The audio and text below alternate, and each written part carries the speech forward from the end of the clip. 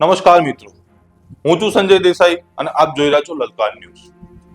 શું તમે વિચારી શકો છો કે તમારા બેંક એકાઉન્ટમાં પડેલા મહેનતના પૈસા પર કોઈ ગઠિયાઓ ડિજિટલ નજર રાખીને બેઠા છે? ગુજરાત સીઆઈડી ક્રાઇમે એક એવા દેશવ્યાપી સાયબર ફ્રોડનો ભાંડો ફોડ્યો છે કે જેનો આંકડો સાંભળીને તમારા હોશ ઉડી જશે. આગળ વધીએ તે પહેલા અમારી ચેનલ લલકાર ન્યૂઝને લાઈક, શેર અને સબસ્ક્રાઇબ કરવાનું ભૂલશો નહીં મિત્રો. 826 કરોડ રૂપિયા, હા તમે સાચું સાંભળ્યું છે. માત્ર 8 આરોપીઓએ અને 826 કરોડનું compound.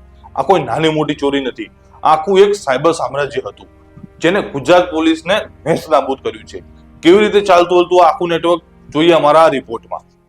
CID ક્રાઇમના cyber centre of એક્સલન્સને મળેલી એક ગુપ્ત બાતમી અને પછી સુરતમાં પડેલી રેડ, બસ આટલામાં જ ખેલાઈ ગયો 826 કરોડનો ખેલ.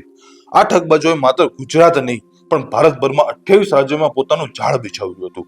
આ સાયબર માફિયાઓ 9 જેટલી ખોટી પેઢીઓ ઊભી કરી અને અલગ અલગ બેંકોમાં 82 બેંક એકાઉન્ટ ખોલાવ્યા હતા.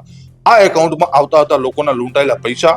તપાસમાં જાણવા મળ્યું છે કે આ ટોળકીએ દેશભરમાં 1229 થી વધુ સાયબર ફ્રોડ કર્યા છે.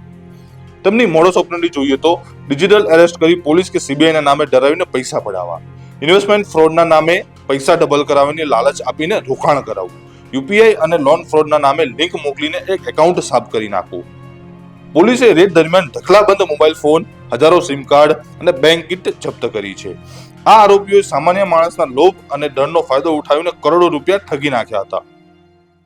ગુજરાત રાજ્ય સરકાર, નાયબ મુખ્યમંત્રી શ્રી હર્ષભાઈ સંઘવી સાહેબ તથા DGP Shri Gujarat doctor KLN Rao સાહેબની સૂચનાથી ગુજરાત પોલીસ દ્વારા જે ઓપરેશન મ્યુલ હન્ટ શરૂ કરવામાં આવેલું, તે જ ઓપરેશન મ્યુલ હન્ટના ભાગરૂપે સેન્ટ્રલાઇઝ ડેટાબેઝનું એનાલિસિસ કરી અને હ્યુમન ઇન્ટેલિજન્સના માધ્યમથી સાયબર સેન્ટર ઓફ એક્સિલન્સની ટીમના પીઆઈ ચૌધરી, પીઆઈ અનમોલ સલિયા અને એમની ટીમ દ્વારા એક નેટવર્ક પકડી પાડવામાં આવ્યું છે. આ સમગ્ર નેટવર્ક સુરતથી ચાલતું હતું.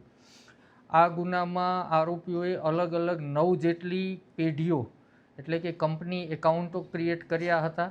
એના અંડરમાં ટોટલ 82 અકાઉન્ટ્સ ઓપરેટ કરતા હતા અને ભારતના 1229 લોકો સાથે છેતરપિંડી કરી અને 826 કરોડથી વધારે રકમનું સાયબર ક્રાઇમ કરેલું છે. આ રકમ પૈકીના આશરે 500 કરોડ જેટલી માતબર રકમ આ 8 આરોપીઓ દ્વારા જે ગેંગ ચલાવવામાં આવતી હતી એમના ખાતામાં આવેલી હતી. આ 8 આરોપીઓની ધરપકડ કરવામાં આવેલી છે. આ ગેંગનો જે માસ્ટર માઇન્ડ છે એ અબ્દુલ કાદિર ચામડિયા નામનો વ્યક્તિ છે. એની સાથે ફૈઝાન જુસાણી, શેખ મોહમ્મદ જુબેર મોહમ્મદ, મોહમ્મદ નૂર અહેમદ મર્ચન્ટ, એનો ભાઈ યાસીન નૂર અહેમદ મર્ચન્ટ, સરફરાજ મોહમ્મદ રફીક જુનેજા, શેખ સાજિદ મયુદ્દીન જે સરફરાજનો પાર્ટનર છે, અને મેમણ અબ્દુલ રજાક. આ તમામ આરોપીઓ રહેવાસી છે સુરતના. અબ્દુલ રબ ચામડિયા જે છે એના ગાઈડન્સ હેઠળ આ લોકોએ અલગ અલગ કંપનીઓ ખોલી હતી, જેમાં અમને લોકોને પ્રાથમિક તબક્કે જે વિગત મળી, ER માર્કેટિંગ, ગલ્ફ ટુરિઝમ અને વિસત એન્ટરપ્રાઇઝ, આ 3 કંપનીઓના 62 ખાતાની વિગત સાયબર સેન્ટર ઓફ એક્સિલન્સ પાસે હતી.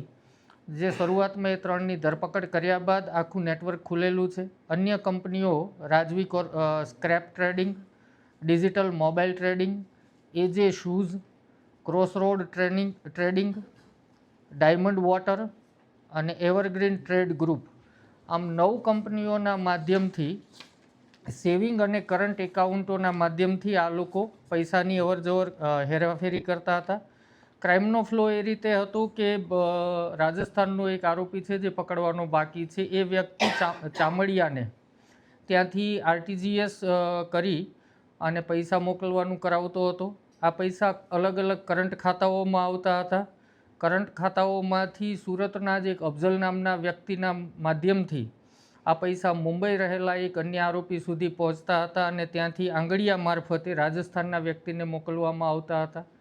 કમિશન ઓછું દેવું પડે એટલા માટે થઈ આ લોકોએ અફઝલ અને એ લાઇન બ્લોક કરવા માટે અલગ અલગ કંપનીઓ ખોલી, એના સેવિંગ ખાતા ખોલ્યા. એટલે RTGSથી જે પૈસા કરંટ એકાઉન્ટમાં આવતા હતા, આ પૈસા પોતાની જ 9 કંપનીઓના બનાવેલા સેવિંગ ખાતામાં લેતા હતા અને ત્યાંથી ATM વિડ્રોવલ કરી અને રાજસ્થાન બેઠેલા વ્યક્તિને આંગળીયાથી પહોંચાડતા હતા. આ સમગ્ર બનાવમાં એટીએમ તમામ એનાલિસિસ કરતાં ધ્યાનમાં આવ્યું કે દરેક વખતે જ્યારે વિડ્રોલ કરવા જતા હતા ત્યારે એક જ ચહેરો સામે આવતો હતો. એના ઉપરથી આખી ગેંગનો આ પર્દાફાશ થયેલો છે. મિત્રો 826 કરોડની આ રકમ એ સાબિતી છે કે સાયબર ક્રિમિનલ હવે કેટલા પાવરફુલ થઈ ગયા છે. સીઆઈડી ક્રાઇમે તો 8 આરોપીઓને જેલના સળિયા પાછળ ધકેલી દીધા છે. પણ યાદ રાખજો, સાયબર ક્રાઇમની દુનિયામાં આ તો માત્ર એક ટીપું છે. તમારા બેંક એકાઉન્ટની વિગતો, ઓટીપી કે કોઈ અજાણી લિંક પર ક્લિક કરતા પહેલા 100 વાર વિચારો. કોઈ પોલીસ તમને વિડીયો કોલ પર ડિજિટલ અરેસ્ટ નથી કરતી ક્યારે. સાવધાન રહો, સતર્ક રહો, અને જો તમારી સાથે પણ આવું કંઈ થાય છે તો તરત જ 1930 પર કોલ કરો.